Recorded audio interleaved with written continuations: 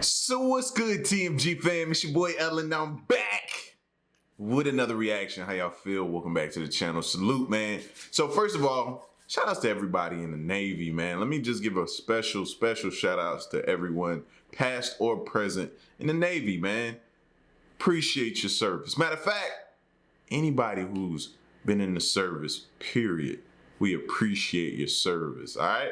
So this video here is former Navy officer tells us what he saw while diving in the Arctic.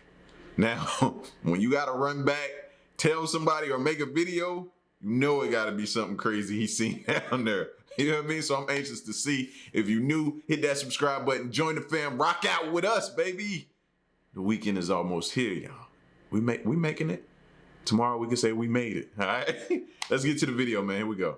There's a whole world out there under the ocean that we hardly know anything about. In fact, we know more about space than we do about what's at the bottom of our own seas. Many people have pointed out that this could mean there are some very strange things going on down there that we just don't know about. From the elevator of doom to the weirdest spider in the world, here's the 20 most terrifying things recently discovered underwater. Number 20. Omaha flooded elevator. Following an Omaha storm, 3 Nebraska people narrowly avoided being trapped in a flooded elevator. One Saturday, an Omaha guy boarded his apartment elevator with 2 buddies. To see storm damage, water began gushing in through the vents as the elevator opened, according to Tony Liu. As they waited for rescue services in neck-high water, Liu contacted his roommate for assistance. Liu and the others were saved when his roommate and 2 other individuals managed to unlock the elevator door from the foyer. They were all unharmed. Flooding can occur as a consequence of an overflow of water from a water body, such as a river, lake, or ocean, when the water overtops or destroys levees, allowing some of the water to escape its regular confines, or as a result of precipitation accumulating on wetland in an area flood. While seasonal fluctuations in precipitation and snowmelt will affect the size of a lake or other body of water, these changes are unlikely to be deemed important unless they flood property or drown domestic animals. When the flow rate of a river exceeds the capacity of the river channel, particularly near bends or meanders in the waterway, flooding can occur. Floods in natural floodplains of rivers can cause damage to houses and businesses. Before we go, shout outs to the dude that was in the elevator, man. First of all, for staying calm. You know how many people would have been like panicking, hyperventilating, going crazy. Even the girl that was in the elevator with him, she remained calm. So first of all, shout out to them for that. Having the wherewithal to call somebody, not letting your cell phone get damaged or wet, although some of these phones can withstand some water nowadays. And being able to call somebody and walk through how to get to you, how to assist you until somebody can get there. You know what I'm saying? Like, a lot of people need to, if you got elevators, know where your elevator room is. You know what I mean? The electrical room for the elevator, man. A lot of times it's and I haven't done this in so long, but it used to be a tank in there, and you could lift off this little cover from over top of it.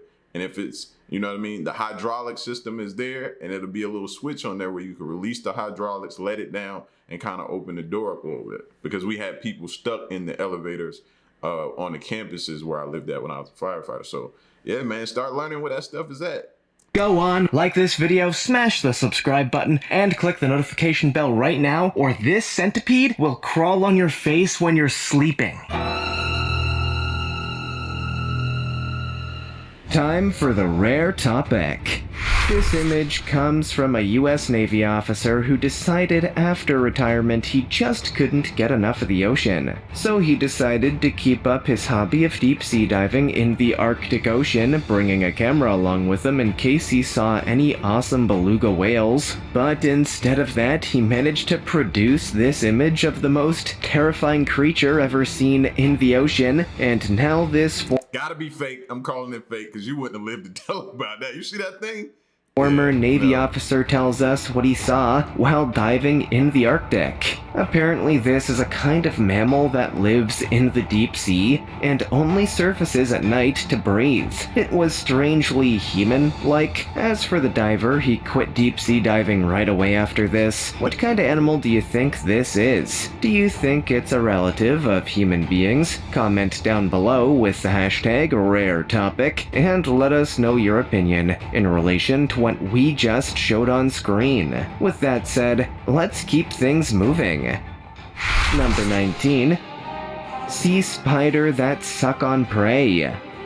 Scientists are baffled by strange, spider-like organisms that dwell on the ocean's bottom and consume their victims with a straw. Some of these marine spiders are blind, and they defy scientific classification. Dr. Claudia Rango, a marine scientist at the Australian Museum in Sydney, believes that these are arthropods, but which type? She recently presented her findings on these strange and little-known species at a meeting of the Scientific Committee on Antarctic Research in Hobart. They are very weird-looking animals, Rango explains. Scientists have been debating how to categorize sea spiders, or pycnogonids, for over a century. They creep over the seafloor sometimes more than 6,000 to 7,000 meters below the surface, feasting on slow-moving soft-bodied sponges and sea slugs in the dark. Because the organisms have segments and an exoskeleton, they are classified as arthropods, which includes crustaceans, insects, centipedes,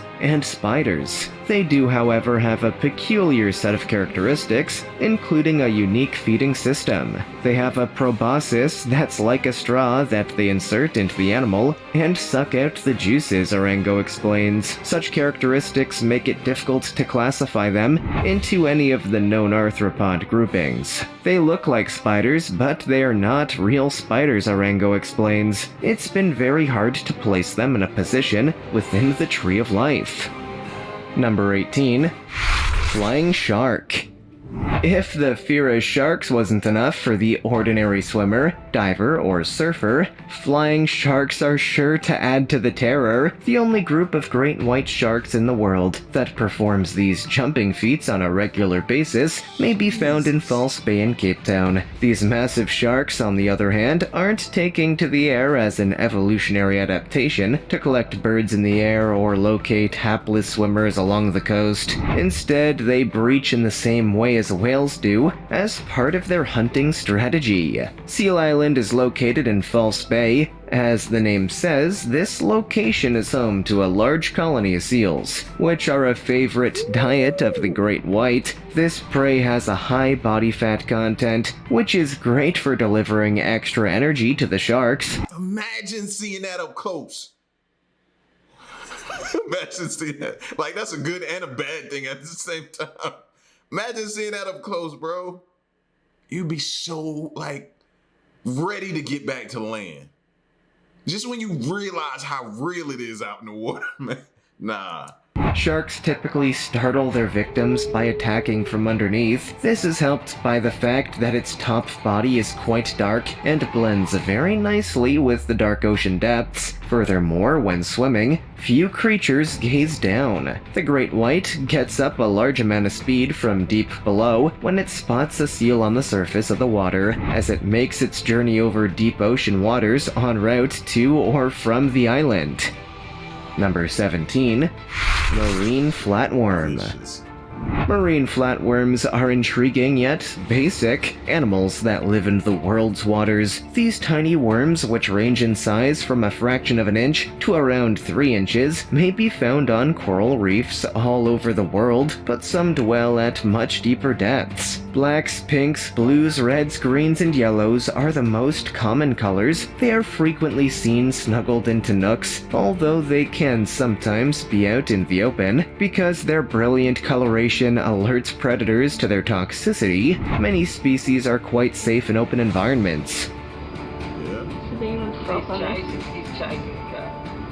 Many marine species feed on the marine worm, which lives at the bottom of the oceanic food chain. The oceanic particle is the primary food source for the marine worm. Marine worms, on the other hand, are skilled predators that consume fish, snails, crabs, and clams. Water bugs, notably diving beetles and juvenile dragonfly larvae, are one of the many predators of these flatworms. Flatworms are also commonly eaten by crustaceans, small fish, and tadpole. These reddish-brown flatworms may be seen on the tank glass, sand, corals, and just about everything else in the tank. Flatworms do not consume or harm corals, but if they are allowed to multiply in large enough numbers, they can prevent a coral from receiving adequate light. Number 16. Lancet fish are cannibalistic hermaphrodites. When an evil-looking fanged fish washed ashore alive on the coast of Jeanette's Pier in Nog's Head, North Carolina, visitors were startled. A long-snouted lancet fish, a nocturnal predator rarely seen near shore, has been identified as the monster fish. The fish are noted for their enormous teeth and towering dorsal fin, as well as their propensity for consuming other fish. Little is known about its life cycle, since it is a very uncommon fish that lives in the open ocean. Lancet fish are hermaphrodites in their adolescence, having both male and female sex organs, and there is no evidence of it. Look, he don't know where to grab it at, bro. He don't know where to grab it at, fam. He seen them teeth. Hey, I don't blame him though. Adult hermaphrodites.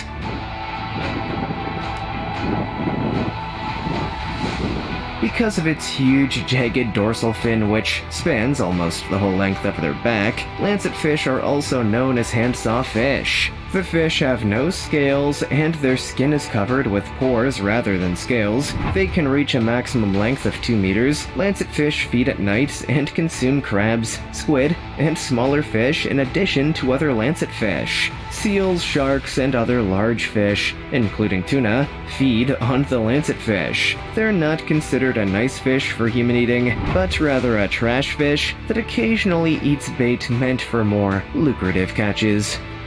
Number 15. The devil scorpion fish. The filament-finned stinger, also known as the barred ghoul, two-stick stingfish, or devil scorpion fish. That definitely looks like its name, bro. It fits perfectly. Belongs to the Animachus genus of venomous fishes. Also the animal with the coolest bunch of nicknames. These benthic fishes can be found on sandy or silty lagoon and seaward reef substrates in tropical ocean coastal locations. I. filamentasus, like all other Animachus species, is a demersal ambush predator. They are nocturnal, and during the day they will typically burrow themselves halfway into the sandy bottom.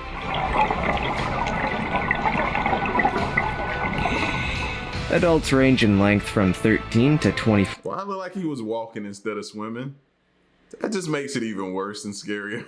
5 centimeters and weigh up to 880 grams, the devil scorpion fish is an ambush predator that feeds on piscivore. It is nocturnal, and during the day it can be found half buried on the sea bottom or on a coral head, concealing itself with sand and other detritus. There are no natural predators that it is aware of. It fanned out its vividly colored pectoral and caudal fins as a warning when startled by a scuba diver or a possible predator. It is hesitant to leave its hiding spot once dug in. When it does move, it has a peculiar subcarangiform locomotion mechanism. It crawls slowly down the sea floor, using the 4 lower rays of its pectoral fins, 2 on each side, as legs. Number 14. Faceless Fish.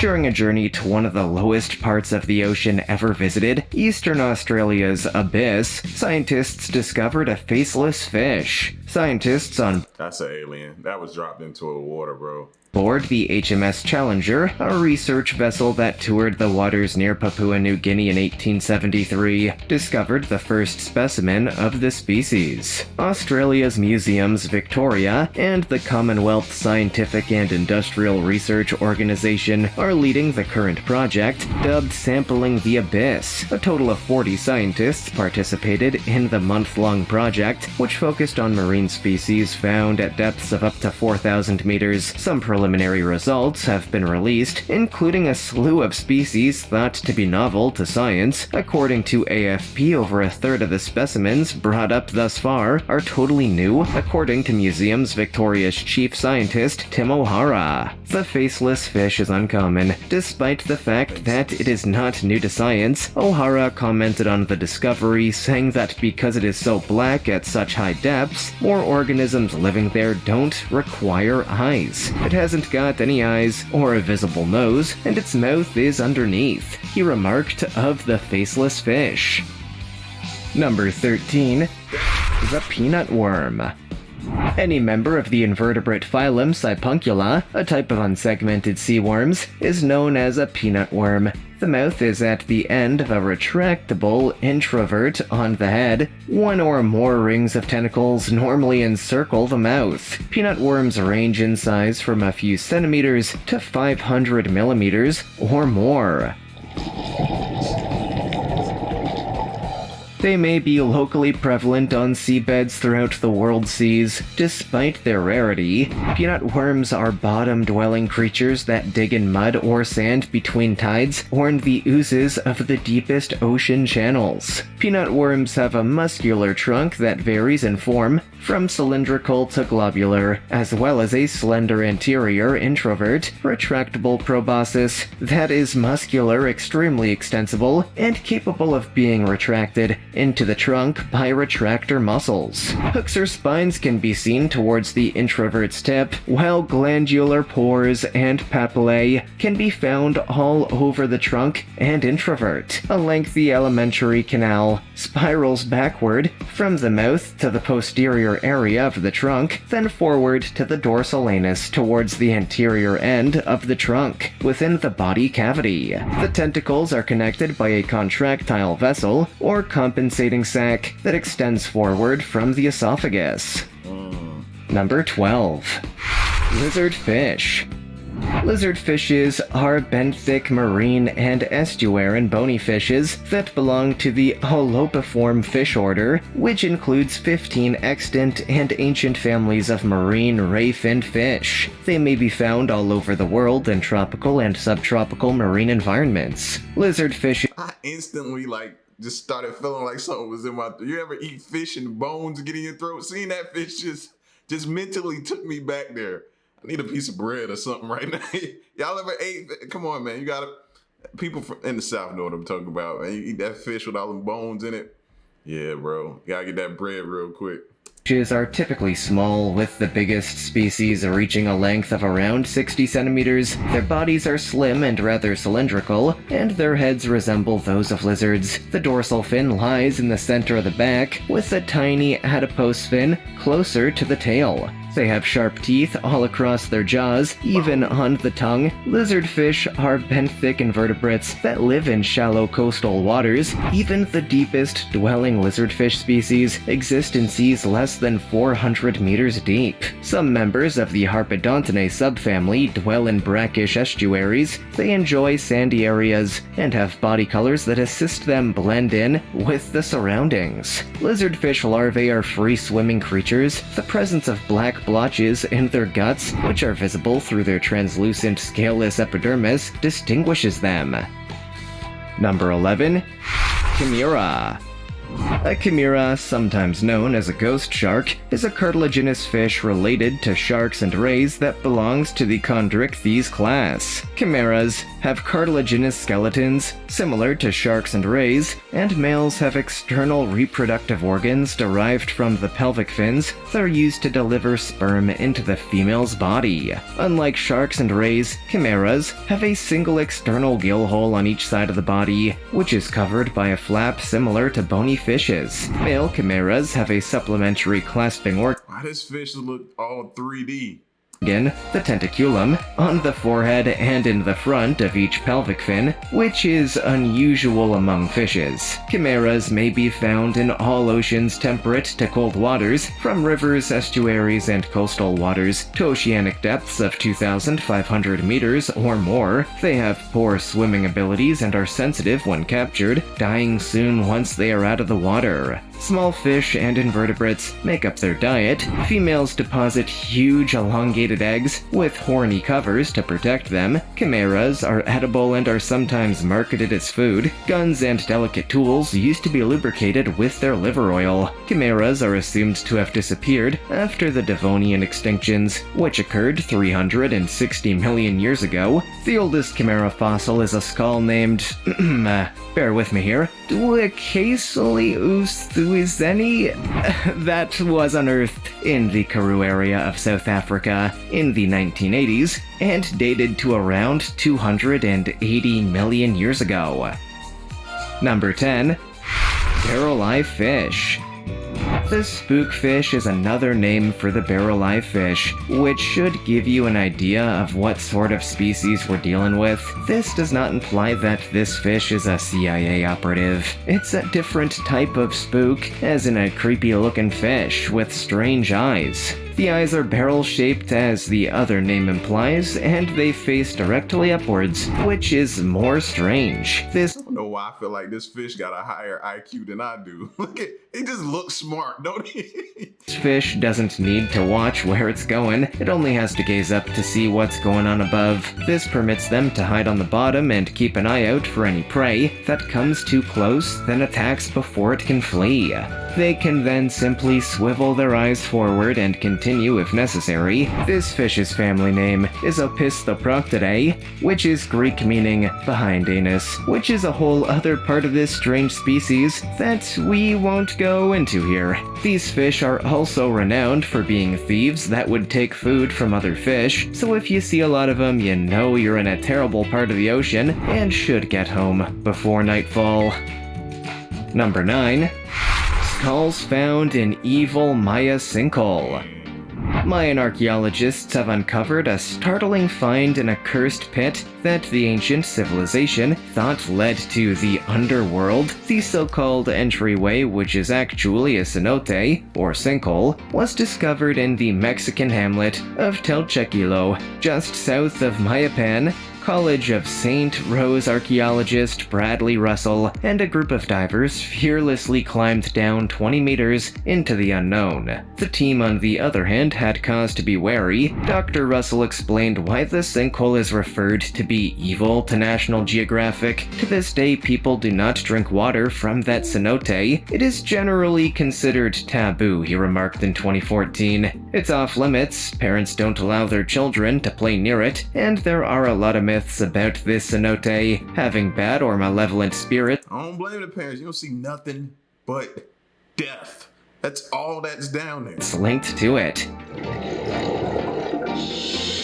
It's a bunch of skulls and bones, just death everywhere. Cenotes are significant because they are a primary source of water. The strange artifacts they discovered were subsequently disclosed by Dr. Russell. At the moment, my assumption is that these were just typical funerals from individuals who died on the surface. The Mayans were skilled in construction, mathematics, and astronomy. In addition to their belief in the afterlife, many of their spectacular structures may still be seen in the jungles of southeast Mexico, Guatemala, Belize, and western Honduras, dating back to 2000 BC. Number 8. Giant black smoker hydrothermal vent. A hydrothermal vent is a crack on the seafloor that discharges geothermally heated water. Geothermal vents are typically found around volcanically active locations, spreading centers, ocean basins, and hotspots where tectonic plates are moving apart. Rocks and mineral ore deposits generated by hydrothermal vents are known as hydrothermal deposits. Because the planet is both geologically active and possesses enormous volumes of water on its surface and beneath its crust, hydrothermal vents exist. Hydrothermal vents under the sea can produce structures known as black smokers or white smokers. The regions near subsurface hydrothermal vents are physiologically more productive than the rest of the deep sea, frequently housing complex ecosystems driven by chemicals dissolved in the vent fluids. Chemosynthetic bacteria and archaea sustain a wide range of species including giant tube worms, clams, limpets, plants, and shrimp at the bottom of the food chain. On Jupiter's moon Europa and Saturn's moon Enceladus, active hydrothermal vents are known to exist, while ancient hydrothermal vents are considered to have occurred on Mars. The black smokers are high-temperature hydrothermal vents found by a team from the Scripps Institution of Oceanography using... That still fascinates me to think about volcanoes up under the water, man. And then look at all the stuff it creates. And then you see the species around it start to adapt. That's what I was talking about in the video yesterday, man, when they were talking about bringing back endangered species or things from prehistoric times. Things will adapt. Maybe for the good or the bad.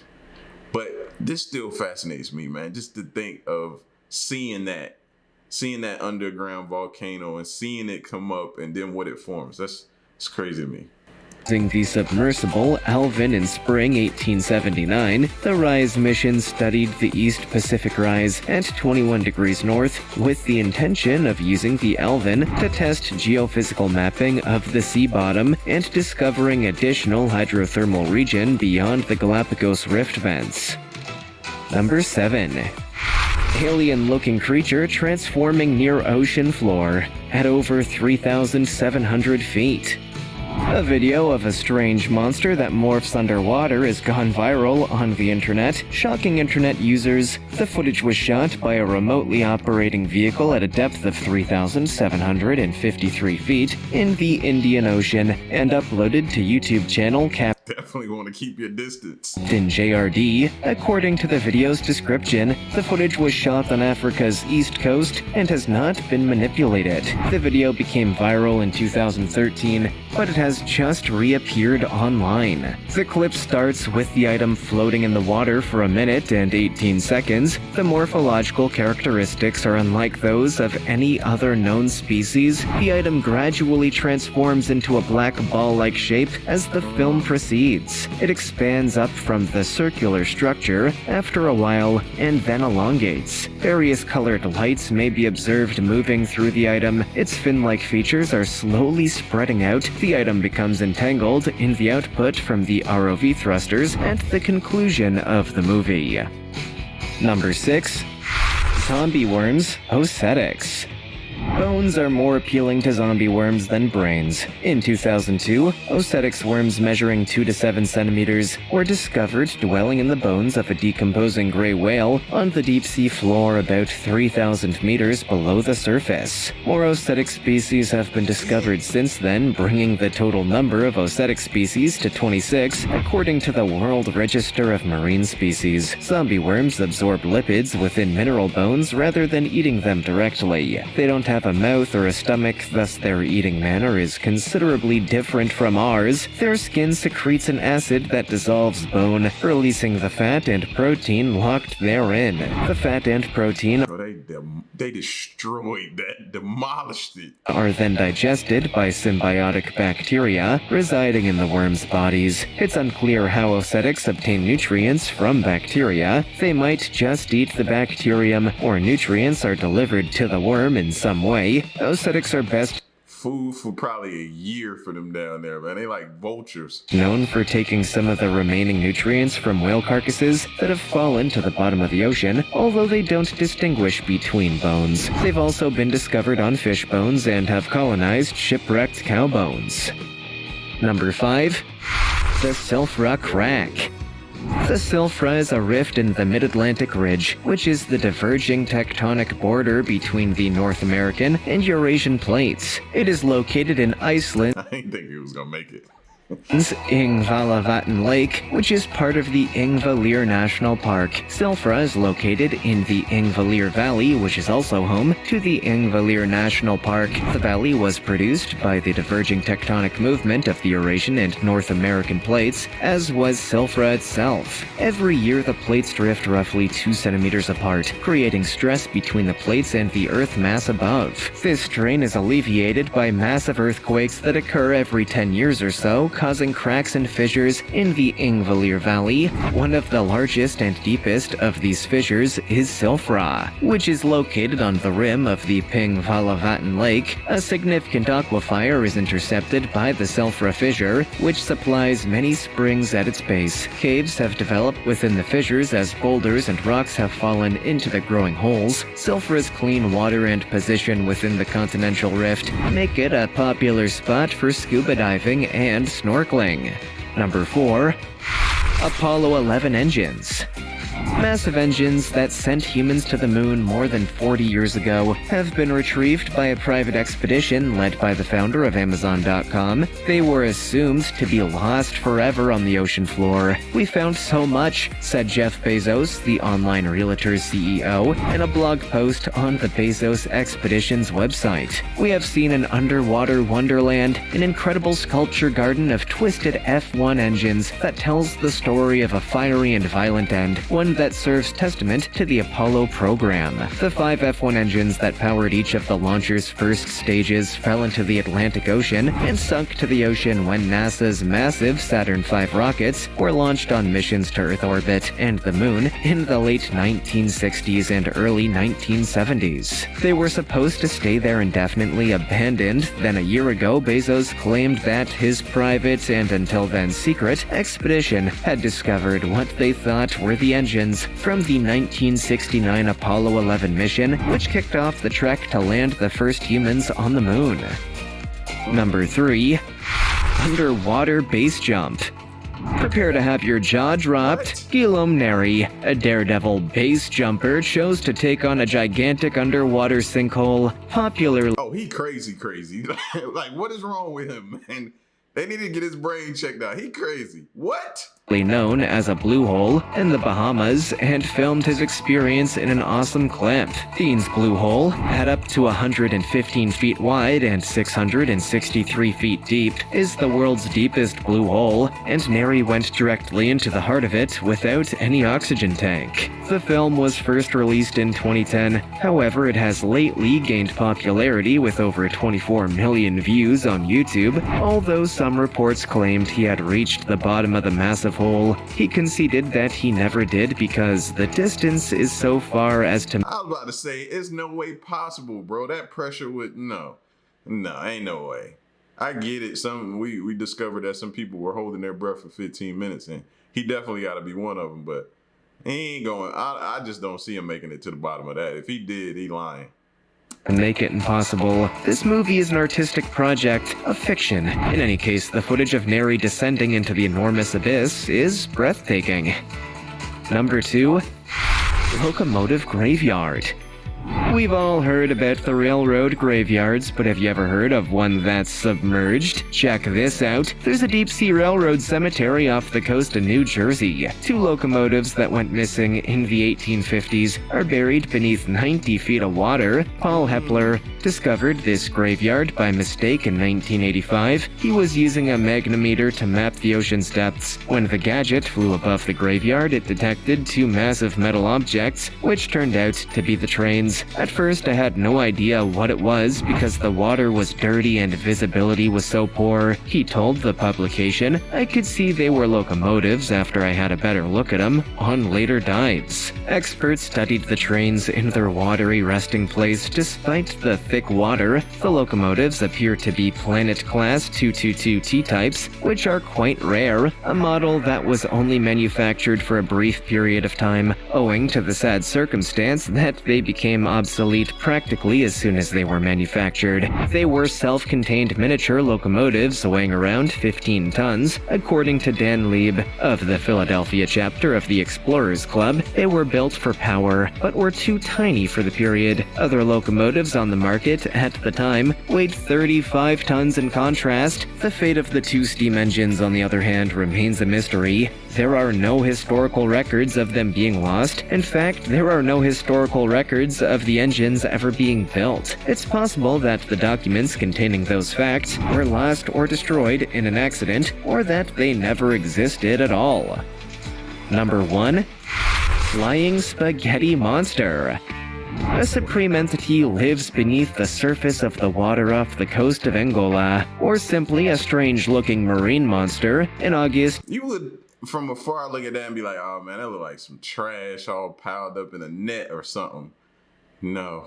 BP oil workers discovered the tentacled beast at an oil rig more than 4,000 feet deep off the coast of Angola. In homage of the fabled modern-day god, the workers dubbed the creature the Flying Spaghetti Monster. The National Oceanography Center in the United Kingdom examined the tape and determined that the creature was a siphonophore, not a supernatural entity. Invertebrates like jellyfish and sea anemones are closely linked to the pasta-like creature. The total of its elements is far greater than a siphonophore. In reality, none of its components could work alone. Each siphonophore is made up of a colony of separate pieces known as zooids, which are formed as a siphonophore grows and remain attached. Some of them create rope-like chains that can reach the length of a whale. In this colony, each zooid performs a specific function. Some hunt prey, while others digest it, and still others spawn, swim, and maintain the colony upright. The end product is a biological miracle that makes us rethink what it is to be an individual in the first place. Over 175 species of siphonophores have been discovered in environments ranging from near coastal regions to the ocean twilight zone and the sea bottom, according to scientists. Deep water animals are frequently dark orange or red in color, and bioluminescent, shimmering green, blue, or occasionally red,